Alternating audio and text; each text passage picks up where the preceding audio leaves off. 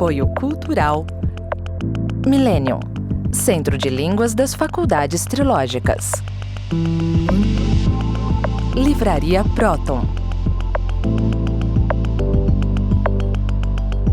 Faculdade Trilógica Kep Pacheco.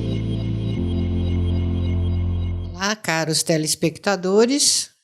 Estamos com os senhores para mais uma conversa a respeito da ciência, trilogia analítica, que faz a unificação dos campos do saber, teologia, filosofia e ciência.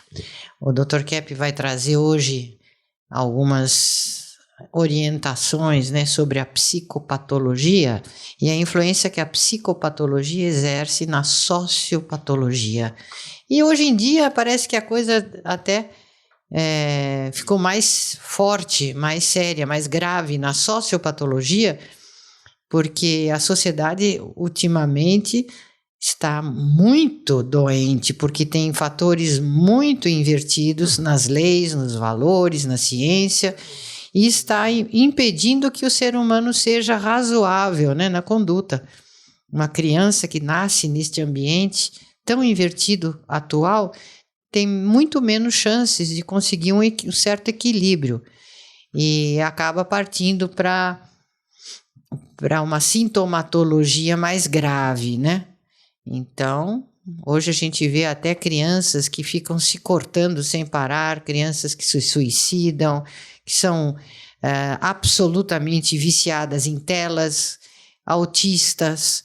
Então, a humanidade está se deformando e essa deformação precisa ver logo, porque senão nós vamos ver uma mutação na humanidade para irreversível, inclusive na sua genética.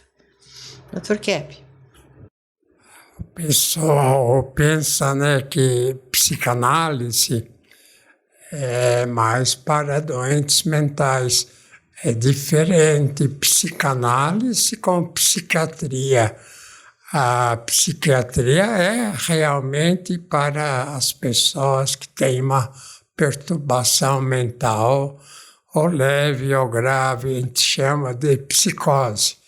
Agora, a psicanálise é mais assim para pessoas chamadas neuróticas, patológicas. Agora, é interessante um fato, O povo em geral pensa que algumas pessoas são doentes, o restante é mais ou menos sã. Então, o que é ser doente? É ser depressivo, é ser maníaco, é ser paranoico, é ser assim fora da realidade, alienado. Então, pelos trabalhos que a gente vem encetando, trabalho de mais de meio século, todo ser humano todo, sem exceção, tem doença que é psíquica, que é mental. Não existe uma pessoa na face da Terra, tirando a mãe de Cristo, claro, o próprio Cristo, mas que não seja doente.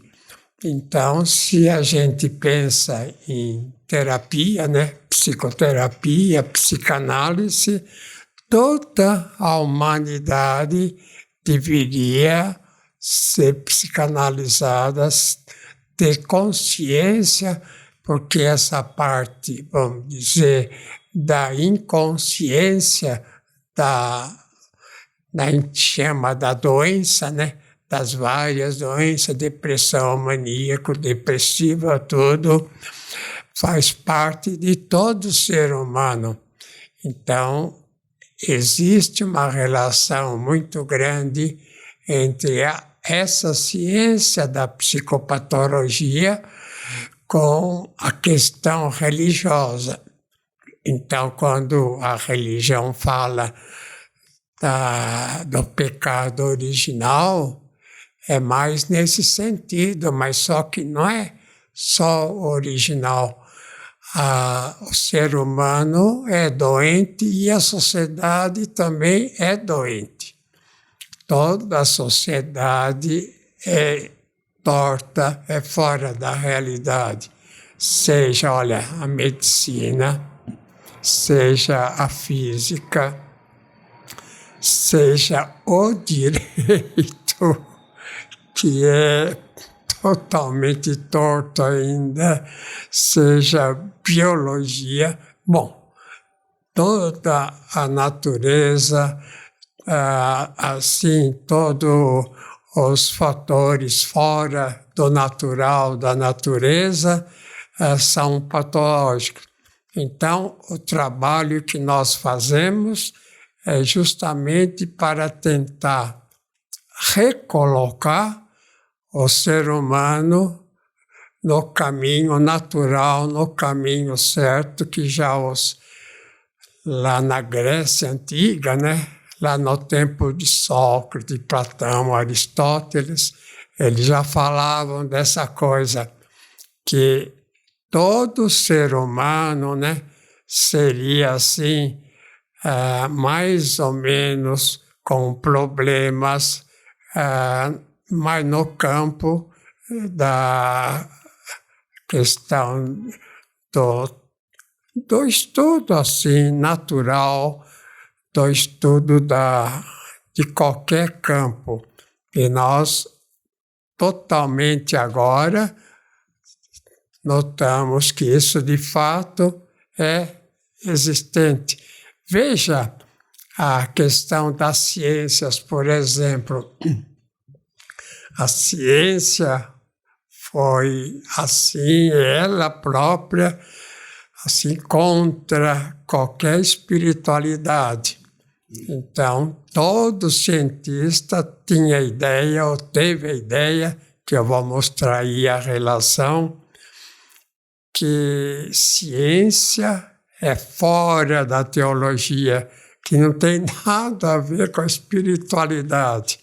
Bom, se o cientista fala isso, então o cientista está alijando, tirando a parte psíquica, a parte da alma, né, como fala, da alma do estudo.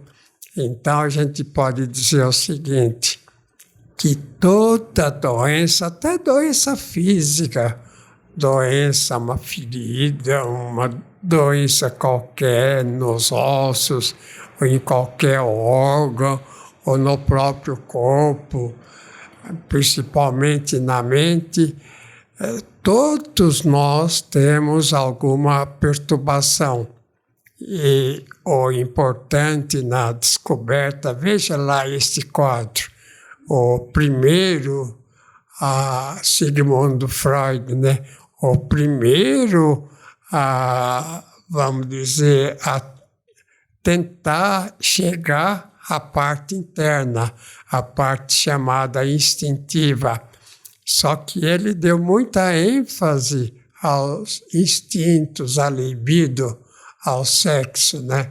A ponto da Melanie Klein, que é serigoda, que seguiu praticamente a psicanálise, dizer que se a pessoa tem uma sexualidade normal, é normal, não é não. Sexualidade é como instinto. Então, para se alimentar, o indivíduo tem que entender, assim, tem que saber que aquilo pode comer ou não, que tem que se alimentar, tem que ingerir alimento para viver. Ninguém precisa disso.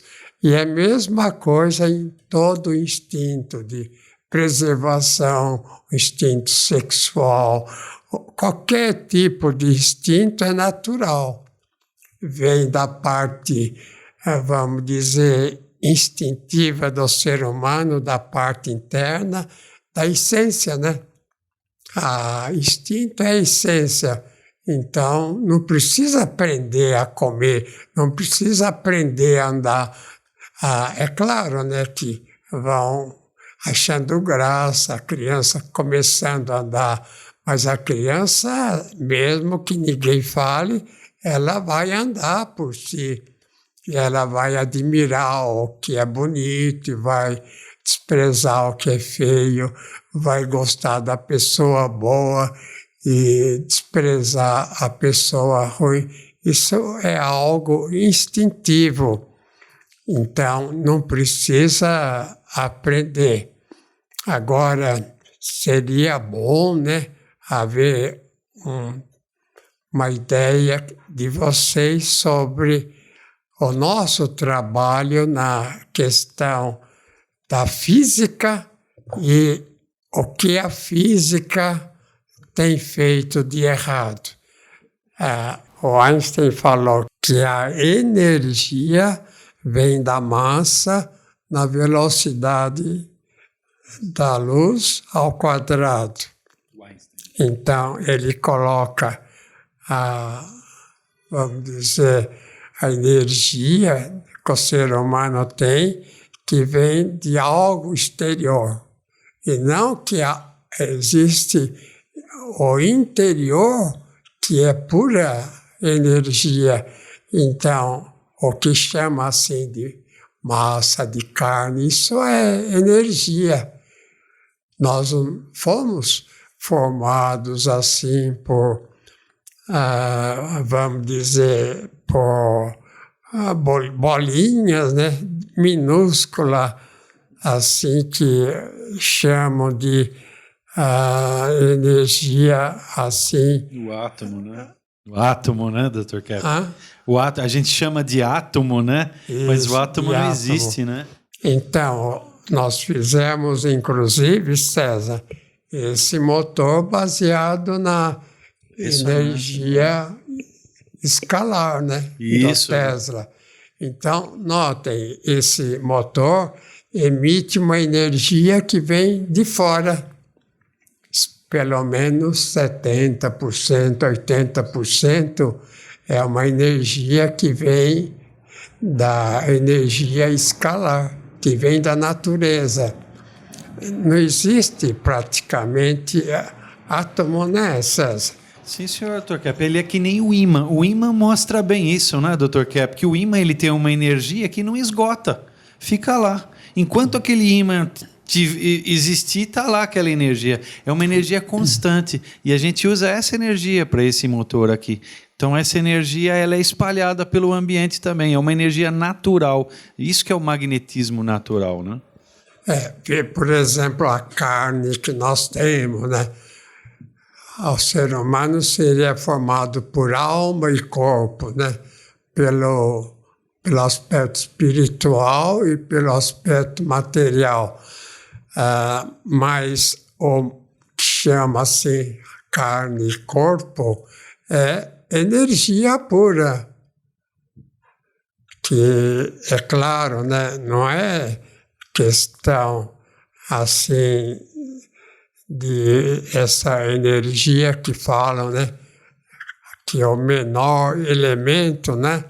Vem de umas bolinhas minúsculas, que o que vem é ondas de energia que vai assim criando tudo. Então, cada tipo de coisa que existe, né, de essência, tem um tipo de energia apropriada. Então, se o indivíduo nasceu num planeta gigantesco, Júpiter, por exemplo, ele terá 12 metros de altura. Se nasceu num planeta pequenininho, né? Por exemplo, Mercúrio, que é menor, então ele é bem menor, ele é metade do nosso tamanho. Tem, no máximo, 1,20 m. Agora, quando nasce na Terra, chega até a 2 metros, um pouco mais, por causa da energia que tem aqui. Então, né, doutor, o senhor está falando uma coisa tão interessante, porque são encontrados fósseis na Terra com animais muito grandes, inclusive fósseis de seres humanos gigantes, mostrando que o planeta no passado já era maior do que é hoje e que deve ter ocorrido uma catástrofe. O planeta diminuiu para explicar por que também o ser humano e os animais diminuíram de tamanho. A energética do planeta mudou com a mudança do tamanho, né? Mas então a antropologia, como fizeram, é uma piada, né? Então... Sem dúvida. A arqueologia, né? Sem dúvida, Dr. Kepp, porque eles encontram esses ossos e escondem. Muita coisa é escondida. Agora, o senhor vai lá no museu, por exemplo, eu estive no museu no British Museum, lá em Londres, eu vi um dinossauro com 26 metros de comprimento. Isso a gente sabe que existiu. Hoje, seria impossível um animal desse viver com o tamanho do planeta, desse tamanho, né? Então, eles tentam... Os dinossauros tinham ovos, né? Então, eles tentam cultivar ossos, ovos, né, que às vezes encontram em regiões assim geladas para ver se nasce um dinossauro. E não nasce. Por quê? Porque não está de acordo com a energia essencial, né? A energia da Terra, a energia nossa. De maneira que a antropologia é uma ciência, como está sendo feita, totalmente errada, pensando que dinossauro existia na Terra, enquanto, mesmo tendo o tamanho que tem, né? É um grande erro que existe. Será que as sequoias são remanescentes desses tempos? Era uma plantinha do jardim dos dinossauros? Lá nos Estados Unidos, né? Aquelas lá na sequoias, Califórnia, hein? 70 metros de altura. Sabe que eu trouxe muda para cá, plantei aqui e não deu. Não Por vai. quê, né? Não vai. A sequoia aqui nunca pegou. Várias vezes nós trouxemos sementes de sequoias e não conseguimos. Agora, em Portugal, elas cresceram. Semente e mudinha mesmo, né? Eles já vendem mudas de sequoias lá e não cresce aqui. Porque lá tinha a mesma faixa de energética das sequoias da Califórnia. Então, é nessa linha, né, de energética que cresce essas árvores de 70 metros de altura. Está falando lá na floresta do bosque de Bussaco. Lá tem essas sequoias, né? Então, a física, né, é uma ciência totalmente errada, porque coloca a energia vindo de fora e não de dentro. A energia é algo interno no ser humano e em tudo, né? E não algo de fora, que vem de fora do movimento exterior. Então eu pus aí, veja novamente aí no quadro, né, no gráfico, o que eu falei a Freud, que é a normalidade pela cura do instinto, que não precisa ser curado. Instinto qualquer, eles são normais no ser humano. O que é normal é quando o ser humano começa a crescer e começa a apresentar, assim, de acordo com a vida, a sociedade, os mesmos defeitos, né? Que entra no campo da patologia, né? Então, os problemas da sociedade, que chamam de pecados, são as patologias, só que na ciência chama de patologia, de doença. E na religião chama de pecado. Então, colocando lá o quadro, veja lá, em segundo lugar, né, o grande problema da humanidade que perdura até hoje, né? Segundo, quem é, Cláudio? Karl Marx, que dá o valor quê, máximo para o dinheiro. Olha que interessante, né? Pensam que Karl Marx era contra o capital. Ele era super dinheirista, né? A teoria dele valoriza maximamente o dinheiro. Interessante essa percepção do Dr. Kepp, né? Toda pessoa, quando vai trabalhar, quer saber quanto vai ganhar e não que tipo de trabalho vai fazer, se gosta daquele trabalho ou não, mas quer saber quanto vai ganhar. Coloca o trabalho subordinado ao dinheiro. Então, se coloca o trabalho subordinado ao dinheiro, se coloca num plano muito inferior ao próprio dinheiro. Quer falar? Eu queria comentar que na odontologia acontece isso, puseram o dinheiro na frente da ciência. Então os dentistas não conservam mais os dentes naturais. Eles sempre estão vendo mais o que vai causar lucro, né? E aí chegam a arrancar dentes bons para fazer implantes dentários.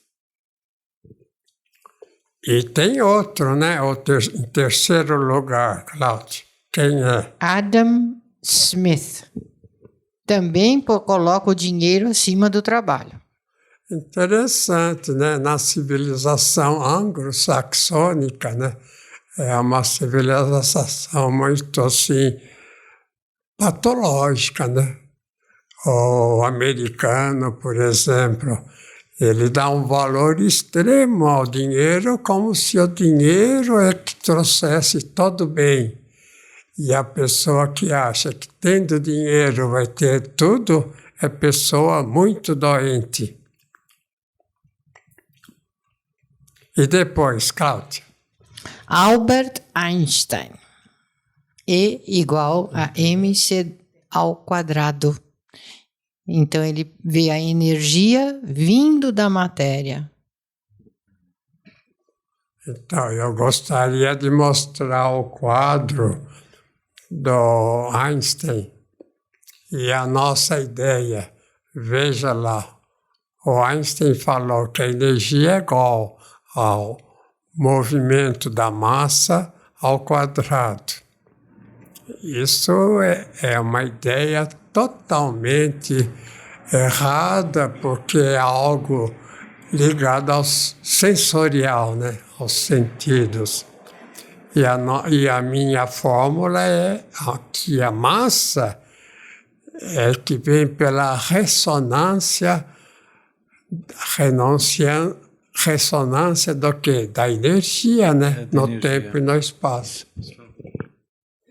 Eu queria esclarecer uma coisinha nessas equações, que é o seguinte: para quem é técnico e é da área da física, ele facilmente vê que na primeira fórmula coloca-se a energia relacionada ao movimento da massa, o movimento externo, certo? É a massa em movimento que seria equivalente à energia. No caso da segunda fórmula, o Dr. Kepp coloca a massa como um efeito da ressonância. A ressonância ela é um estado de dupla força em oscilação. Ela é contida no espaço, é uma força dupla que fica oscilando. Então, o movimento da ressonância não é um movimento externo que vai daqui para lá, como Einstein propunha, mas é um movimento interno de oscilação que se refere ao interior, à energia que produz a massa. O Dr. Kepp está colocando aqui o conceito de vibração interna. Quando ele fala de ressonância, essa pulsação, essa vibração que é a ressonância, é a ação da massa, o que faz a massa. Essa que é a energia escalar, que ele cita sempre e que fala das escalas, porque conforme o nível de ressonância, de vibração, é que vai formar os diferentes escalas de seres, que vem desde um anjo, por exemplo, os seres espirituais, até os seres brutos minerais, passando pelo ser humano, os vegetais, os animais, os vegetais e etc. Então essa fórmula é muito interessante, essa do Dr. Kepp, porque mostra inclusive que se uma massa, por exemplo, como um planeta, que se ele é grande, que se ele diminuir em tamanho, acontecer qualquer catástrofe num planeta, a ressonância do planeta muda. Então, os seres daquele planeta teriam que se adaptar a uma nova ressonância, um novo nível vibratório. Então essa fórmula é muito mais do que simplesmente uma fórmula que lida com fenômenos físicos, mas ela lida também com fenômenos energéticos não sensíveis. Então, veja que interessante, né? Essa questão que o ser humano é formado por corpo e alma.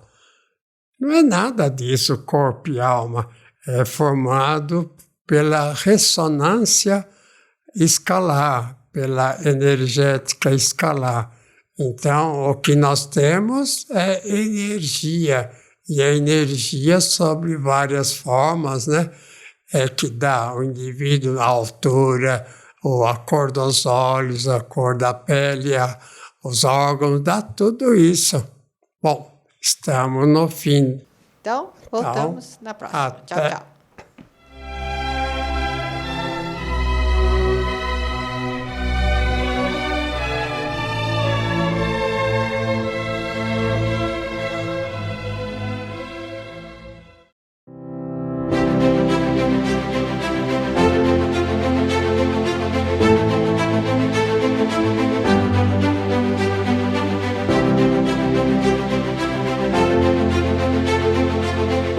Chegaram os novos modelos dos ventiladores Kep Motor Art Deco. Ventilador de parede oscilante. Ventilador de mesa oscilante. Equipados com a tecnologia de motores ressonantes da nova física de Kep. Captam e transmitem o magnetismo para o ambiente. Conheça os benefícios dos ventiladores Kep Motor. Brisa fresca e agradável, pois o motor não esquenta. Economiza até 80% de energia elétrica. Tecnologia internacionalmente premiada. Acesse nossa loja virtual e conheça os novos modelos Art Deco. kepmotorshop.com.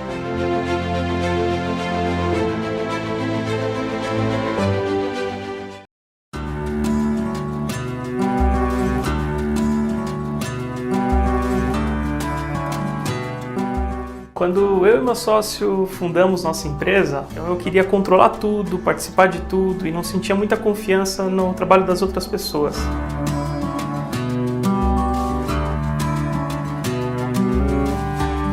Pouco a pouco, discutindo casos e compartilhando experiências com os demais alunos e com os professores, eu pude perceber que existia um comportamento, então eu acabava projetando, né, algo que eu não queria ver no trabalho dos outros.